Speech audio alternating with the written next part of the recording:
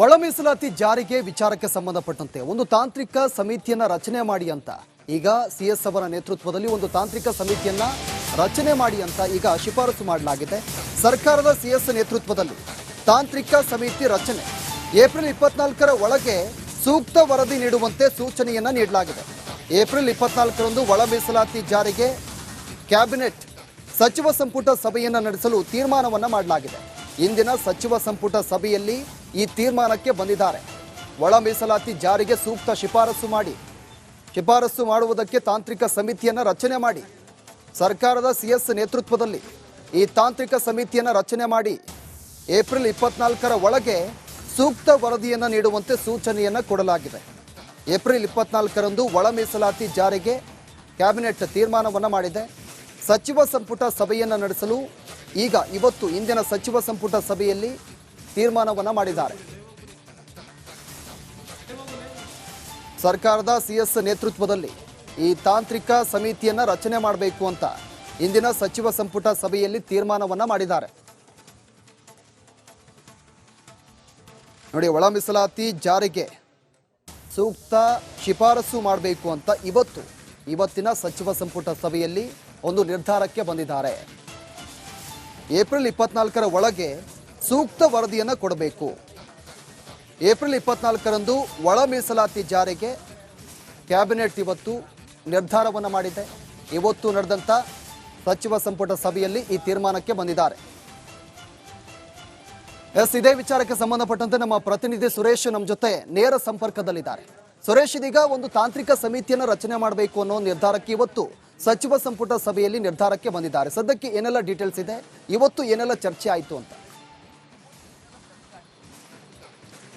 ಪ್ರವೀಣ್, ಒಳ ಮೀಸಲಾತಿ ವಿಚಾರ ಆ ಕಿಚ್ಚು ಏನಿದೆ ಅದು ದೊಡ್ಡ ಮಟ್ಟದಲ್ಲಿ ಇಡೀ ರಾಜ್ಯಾದ್ಯಂತ ವ್ಯಾಪಿಸಿತ್ತು. ಅದರ ಭಾಗವಾಗಿ ನಿನ್ನೆ ಸರ್ಕಾರ ಯಾವ ಮಟ್ಟಿಗೆ ಇಕ್ಕಟ್ಟಿಗೆ ಸಿಲುಕಿತ್ತು ಅಂತಂದರೆ, ವಿದ್ಯಾರ್ಥಿಗಳು ನೇಮಕಾತಿಗಳು ಆಗ್ತಾ ಇಲ್ಲ ಅಂತೇಳಿ ಪರೀಕ್ಷೆ ಬರೆದಂಥ ವಿದ್ಯಾರ್ಥಿಗಳು, ನಿರುದ್ಯೋಗಿ ಯುವಕರು ಬೀದಿಗಿಳಿದು ಹೋರಾಟವನ್ನು ಮಾಡ್ತಾಯಿದ್ರು. ಈ ಸಂದರ್ಭದಲ್ಲಿ ಸರ್ಕಾರ ದೊಡ್ಡ ಮಟ್ಟದಲ್ಲಿ ಇಕ್ಕಟ್ಟಿಗೆ ಸಿಲುಕಿತ್ತು.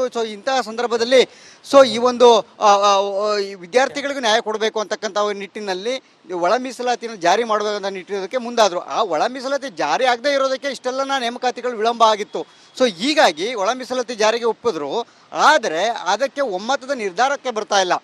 ಹೀಗಾಗಿ ಸರಿಯಾದಂಥ ರೇಷಿಯೋನ ಹಂಚೋದ್ರಲ್ಲಿ ಅಲ್ಲಿ ಹಗ್ಗಜಗ್ಗಾಟ ನಡೀತು. ಅಲ್ಲಿ ಕಮ್ಯುನಿಟಿನಲ್ಲಿ ಒಂದಷ್ಟು ಒಳಗೆ ಅಪಸ್ವರಗಳು ಕೇಳಿಬಂತು, ಪರ ವಿರೋಧಗಳು ಚರ್ಚೆ ಆದವು. KH ಮುನಿಯಪ್ಪ ಅವರಿರ್ಬೋದು, RB ತಿಮ್ಮಪ್ಪರು, ಸಾಕಷ್ಟು ವಿಚಾರಗಳು ಅಲ್ಲಿ ಪರ ವಿರೋಧಗಳು ಚರ್ಚೆ ಆದಂಥ ಸಂದರ್ಭದಲ್ಲಿ ಏನಾಯಿತು ಅಂತಂದರೆ, ಅದನ್ನು ಮತ್ತೆ ಕ್ಯಾಬಿನೆಟ್ ಸಭೆಗೆ ಹೊತ್ತಾಕಿದ್ರು. ಕ್ಯಾಬಿನೆಟ್ ಸಭೆಯಲ್ಲಿ ಕೂಡ ವಿಸ್ತೃತ ಚರ್ಚೆ ಮಾಡಿ ಈಗ ಇರತಕ್ಕಂಥದ್ದು ಟೆಕ್ನಿಕಲ್ ಪಾಯಿಂಟ್ಸ್, ಅಂದರೆ ಈಗ ಒಳ ಮೀಸಲಾತಿಯನ್ನು ಜಾರಿ ಮಾಡೋದಕ್ಕೆ ಇರ್ತಕ್ಕಂಥ ತಾಂತ್ರಿಕ ಅಂಶಗಳು ಏನೆಲ್ಲ ಅಡೆತಡೆಗಳಿದೆ, ಏನಿದೆ ಅಂತಕ್ಕಂಥ ಒಂದು ವಿಸ್ತೃತವಾದಂಥ ಒಂದು ರಿಪೋರ್ಟನ್ನು ಕೊಡೋದಕ್ಕೆ ಇವತ್ತು ಕ್ಯಾಬಿನೆಟ್ನ ಸಭೆಯಲ್ಲಿ ಸೂಚನೆಯನ್ನು ಕೊಟ್ಟಿರ್ತಕ್ಕಂಥ ಮುಖ್ಯಮಂತ್ರಿ ಅವರು, ಅದರಲ್ಲಿ ಸ್ವತಃ ಚೀಫ್ ಸೆಕ್ರೆಟರಿ ಏನಿದ್ದಾರೆ ಅವರಿಗೇನೆ, ರಜನೀಶ್ ಅವರಿಗೇನೆ ಈ ಒಂದು ಜವಾಬ್ದಾರಿನ ವಹಿಸಿದ್ದಾರೆ.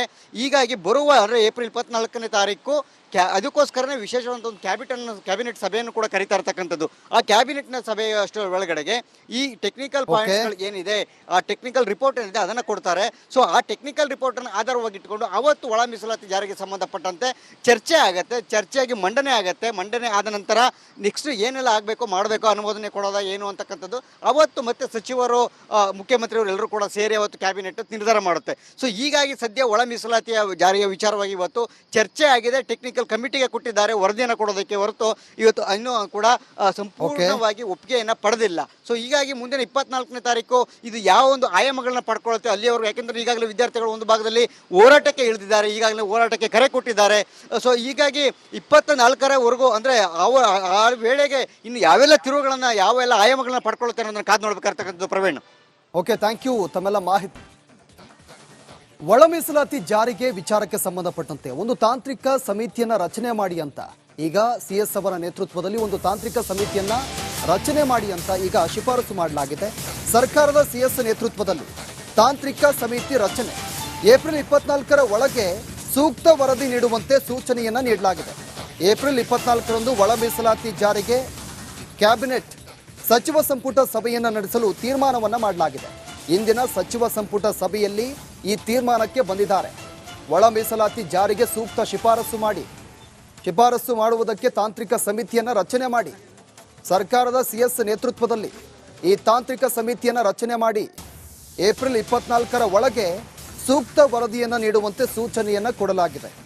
ಏಪ್ರಿಲ್ 24ರಂದು ಒಳ ಮೀಸಲಾತಿ ಜಾರಿಗೆ ಕ್ಯಾಬಿನೆಟ್ ತೀರ್ಮಾನವನ್ನು ಮಾಡಿದೆ. ಸಚಿವ ಸಂಪುಟ ಸಭೆಯನ್ನು ನಡೆಸಲು ಇವತ್ತು ಇಂದಿನ ಸಚಿವ ಸಂಪುಟ ಸಭೆಯಲ್ಲಿ ತೀರ್ಮಾನವನ್ನು ಮಾಡಿದ್ದಾರೆ.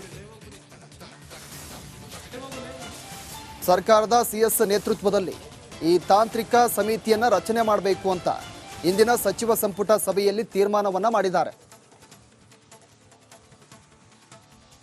ನೋಡಿ, ಒಳ ಮೀಸಲಾತಿ ಜಾರಿಗೆ ಸೂಕ್ತ ಶಿಫಾರಸು ಮಾಡಬೇಕು ಅಂತ ಇವತ್ತಿನ ಸಚಿವ ಸಂಪುಟ ಸಭೆಯಲ್ಲಿ ಒಂದು ನಿರ್ಧಾರಕ್ಕೆ ಬಂದಿದ್ದಾರೆ. ಏಪ್ರಿಲ್ 24ರ ಒಳಗೆ ಸೂಕ್ತ ವರದಿಯನ್ನು ಕೊಡಬೇಕು. ಏಪ್ರಿಲ್ 24ರಂದು ಒಳ ಮೀಸಲಾತಿ ಜಾರಿಗೆ ಕ್ಯಾಬಿನೆಟ್ ಇವತ್ತು ನಿರ್ಧಾರವನ್ನು ಮಾಡಿದೆ. ಇವತ್ತು ನಡೆದಂಥ ಸಚಿವ ಸಂಪುಟ ಸಭೆಯಲ್ಲಿ ಈ ತೀರ್ಮಾನಕ್ಕೆ ಬಂದಿದ್ದಾರೆ. ಇದೇ ವಿಚಾರಕ್ಕೆ ಸಂಬಂಧಪಟ್ಟಂತೆ ನಮ್ಮ ಪ್ರತಿನಿಧಿ ಸುರೇಶ್ ನಮ್ಮ ಜೊತೆ ನೇರ ಸಂಪರ್ಕದಲ್ಲಿದ್ದಾರೆ. ಸುರೇಶ್, ಇದೀಗ ಒಂದು ತಾಂತ್ರಿಕ ಸಮಿತಿಯನ್ನು ರಚನೆ ಮಾಡಬೇಕು ಅನ್ನೋ ನಿರ್ಧಾರಕ್ಕೆ ಇವತ್ತು ಸಚಿವ ಸಂಪುಟ ಸಭೆಯಲ್ಲಿ ನಿರ್ಧಾರಕ್ಕೆ ಬಂದಿದ್ದಾರೆ. ಸದ್ಯಕ್ಕೆ ಏನೆಲ್ಲ ಡೀಟೇಲ್ಸ್ ಇದೆ, ಇವತ್ತು ಏನೆಲ್ಲ ಚರ್ಚೆ ಆಯಿತು ಅಂತ? ಪ್ರವೀಣ್, ಒಳ ಮೀಸಲಾತಿ ವಿಚಾರ ಆ ಕಿಚ್ಚು ಏನಿದೆ ಅದು ದೊಡ್ಡ ಮಟ್ಟದಲ್ಲಿ ಇಡೀ ರಾಜ್ಯಾದ್ಯಂತ ವ್ಯಾಪಿಸಿತ್ತು. ಅದರ ಭಾಗವಾಗಿ ನಿನ್ನೆ ಸರ್ಕಾರ ಯಾವ ಮಟ್ಟಿಗೆ ಇಕ್ಕಟ್ಟಿಗೆ ಸಿಲುಕಿತ್ತು ಅಂತಂದರೆ, ವಿದ್ಯಾರ್ಥಿಗಳು ನೇಮಕಾತಿಗಳು ಆಗ್ತಾ ಇಲ್ಲ ಅಂತೇಳಿ ಪರೀಕ್ಷೆ ಬರೆದಂಥ ವಿದ್ಯಾರ್ಥಿಗಳು, ನಿರುದ್ಯೋಗಿ ಯುವಕರು ಬೀದಿಗಿಳಿದು ಹೋರಾಟವನ್ನು ಮಾಡ್ತಾಯಿದ್ರು. ಈ ಸಂದರ್ಭದಲ್ಲಿ ಸರ್ಕಾರ ದೊಡ್ಡ ಮಟ್ಟದಲ್ಲಿ ಇಕ್ಕಟ್ಟಿಗೆ ಸಿಲುಕಿತ್ತು. ಇಂತಹ ಸಂದರ್ಭದಲ್ಲಿ ಈ ಒಂದು ವಿದ್ಯಾರ್ಥಿಗಳಿಗೂ ನ್ಯಾಯ ಕೊಡಬೇಕು ಅಂತಕ್ಕಂಥ ನಿಟ್ಟಿನಲ್ಲಿ ಒಳ ಮೀಸಲಾತಿಯನ್ನು ಜಾರಿ ಮಾಡಬೇಕಂತ ನಿಟ್ಟಿರೋದಕ್ಕೆ ಮುಂದಾದರು. ಆ ಒಳ ಮೀಸಲಾತಿ ಜಾರಿ ಆಗದೇ ಇರೋದಕ್ಕೆ ಇಷ್ಟೆಲ್ಲ ನೇಮಕಾತಿಗಳು ವಿಳಂಬ ಆಗಿತ್ತು. ಹೀಗಾಗಿ ಒಳ ಮೀಸಲಾತಿ ಜಾರಿಗೆ ಒಪ್ಪಿದ್ರು, ಆದರೆ ಅದಕ್ಕೆ ಒಮ್ಮತದ ನಿರ್ಧಾರಕ್ಕೆ ಬರ್ತಾ ಇಲ್ಲ. ಹೀಗಾಗಿ ಸರಿಯಾದಂಥ ರೇಷಿಯೋನ ಹಂಚೋದ್ರಲ್ಲಿ ಅಲ್ಲಿ ಅಗ್ಗಜಗ್ಗಾಟ ನಡೀತು. ಅಲ್ಲಿ ಕಮ್ಯುನಿಟಿನಲ್ಲಿ ಒಂದಷ್ಟು ಒಳಗೆ ಅಪಸ್ವರಗಳು ಕೇಳಿಬಂತು, ಪರ ವಿರೋಧಗಳು ಚರ್ಚೆ ಆದವು. KH ಮುನಿಯಪ್ಪ ಅವರಿರ್ಬೋದು, RB ತಿಮ್ಮಪ್ಪರು, ಸಾಕಷ್ಟು ವಿಚಾರಗಳು ಅಲ್ಲಿ ಪರ ವಿರೋಧಗಳು ಚರ್ಚೆ ಆದಂಥ ಸಂದರ್ಭದಲ್ಲಿ ಏನಾಯಿತು ಅಂತಂದರೆ, ಅದನ್ನು ಮತ್ತೆ ಕ್ಯಾಬಿನೆಟ್ ಸಭೆಗೆ ಹೊತ್ತಾಕಿದ್ರು. ಕ್ಯಾಬಿನೆಟ್ ಸಭೆಯಲ್ಲೂ ಕೂಡ ವಿಸ್ತೃತ ಚರ್ಚೆ ಮಾಡಿ ಈಗ ಇರ್ತಕ್ಕಂಥದ್ದು ಟೆಕ್ನಿಕಲ್ ಪಾಯಿಂಟ್ಸ್, ಅಂದರೆ ಈಗ ಒಳ ಮೀಸಲಾತಿಯನ್ನು ಜಾರಿ ಮಾಡೋದಕ್ಕೆ ಇರ್ತಕ್ಕಂಥ ತಾಂತ್ರಿಕ ಅಂಶಗಳು ಏನೆಲ್ಲ ಅಡೆತಡೆಗಳಿದೆ, ಏನಿದೆ ಅಂತಕ್ಕಂಥ ಒಂದು ವಿಸ್ತೃತವಾದಂಥ ಒಂದು ರಿಪೋರ್ಟನ್ನು ಕೊಡೋದಕ್ಕೆ ಇವತ್ತು ಕ್ಯಾಬಿನೆಟ್ನ ಸಭೆಯಲ್ಲಿ ಸೂಚನೆಯನ್ನು ಕೊಟ್ಟಿರ್ತಕ್ಕಂಥ ಮುಖ್ಯಮಂತ್ರಿ ಅವರು, ಅದರಲ್ಲಿ ಸ್ವತಃ ಚೀಫ್ ಸೆಕ್ರೆಟರಿ ಏನಿದ್ದಾರೆ ಅವರಿಗೇನೆ ರಜನೀಶ್ ಅವರಿಗೇನೆ ಈ ಒಂದು ಜವಾಬ್ದಾರಿನ ವಹಿಸಿದ್ದಾರೆ. ಹೀಗಾಗಿ ಬರುವ ಏಪ್ರಿಲ್ 24ನೇ ತಾರೀಕು ಅದಕ್ಕೋಸ್ಕರನೇ ವಿಶೇಷವಾದಂಥ ಒಂದು ಕ್ಯಾಬಿನೆಟ್ ಸಭೆಯನ್ನು ಕೂಡ ಕರೀತಾ ಇರ್ತಕ್ಕಂಥದ್ದು. ಆ ಕ್ಯಾಬಿನೆಟ್ನ ಸಭೆ ಅಷ್ಟರ ಒಳಗಡೆಗೆ ಈ ಟೆಕ್ನಿಕಲ್ ಪಾಯಿಂಟ್ಸ್ಗಳು ಏನಿದೆ, ಆ ಟೆಕ್ನಿಕಲ್ ರಿಪೋರ್ಟ್ ಏನಿದೆ ಅದನ್ನು ಕೊಡ್ತಾರೆ. ಆ ಟೆಕ್ನಿಕಲ್ ರಿಪೋರ್ಟನ್ನು ಆಧಾರವಾಗಿ ಇಟ್ಕೊಂಡು ಅವತ್ತು ಒಳ ಮೀಸಲಾತಿ ಜಾರಿಗೆ ಸಂಬಂಧಪಟ್ಟಂತೆ ಚರ್ಚೆ ಆಗುತ್ತೆ. ಚರ್ಚೆಯಾಗಿ ಮಂಡನೆ ಆಗುತ್ತೆ. ಮಂಡನೆ ಆದ ನಂತರ ನೆಕ್ಸ್ಟ್ ಏನೆಲ್ಲ ಆಗಬೇಕು, ಮಾಡಬೇಕು, ಅನುಮೋದನೆ ಕೊಡೋದ ಏನು ಅಂತಕ್ಕಂಥದ್ದು ಅವತ್ತು ಮತ್ತೆ ಸಚಿವರು, ಮುಖ್ಯಮಂತ್ರಿಯವರು ಎಲ್ಲರೂ ಕೂಡ ಸೇರಿ ಅವತ್ತು ಕ್ಯಾಬಿನೆಟ್